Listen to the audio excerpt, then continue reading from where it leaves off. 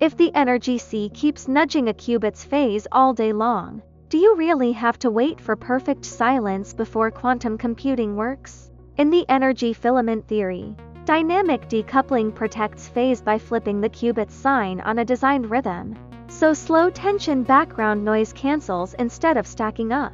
Here's the key shift. Noise is not always a random punch that permanently breaks things. A lot of the time, it's a slow drift, like a steady crosswind that keeps pushing you to one side.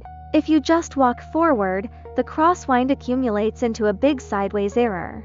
But if you flip your direction at the right times, that same wind that pushed you right now pushes you left in the flipped frame, and the net drift shrinks. That flip is the intuition behind a pulse. It's not more power, it's a sign of change.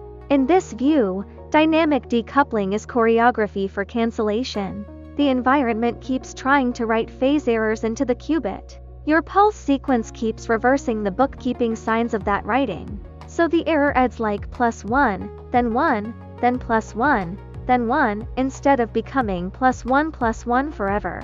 Mainstream will show you filter functions and noise spectra, which is valid, but it often hides the simple feeling you're choosing a walking pattern so the wind can't build a one-directional bias. Different patterns target different noise bands.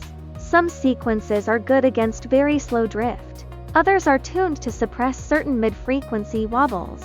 And that's why it can look almost magical in experiments. Coherence doesn't always improve smoothly. It can jump in steps when your rhythm finally matches the dominant noise you're fighting. Like finding the one stride that suddenly keeps you centered on a windy bridge. But there's a hard limit that matters more than height. This technique repairs reversible smearing, not stolen secrets. If the environment already captured what state information, if a real, distinguishable record got written outside, no pulse sequence could reach into the universe and erase that record. You can't unring a bell, and you can't unsend gossip once it's already spread. Dynamic decoupling is not a time machine. It's nose average engineering inside a window where the damage is still mostly phase blur, not information escape. It also comes with a price tag.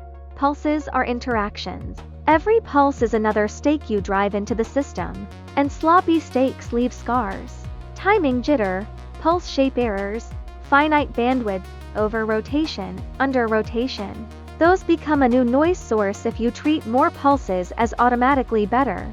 That's why real labs obsess like musicians: metronomes, calibration, pulse shaping, bandwidth limits, and careful sequencing. One more practical twist: not all noise is shaped the same. Isotropic noise and directional noise don't respond to the same rhythm the same way. So the best sequence depends on what kind of wound you're actually in. The world doesn't get quieter. You just learn to make its push average out on your beat. Tap follow, share it on New Physics, Clear Universe.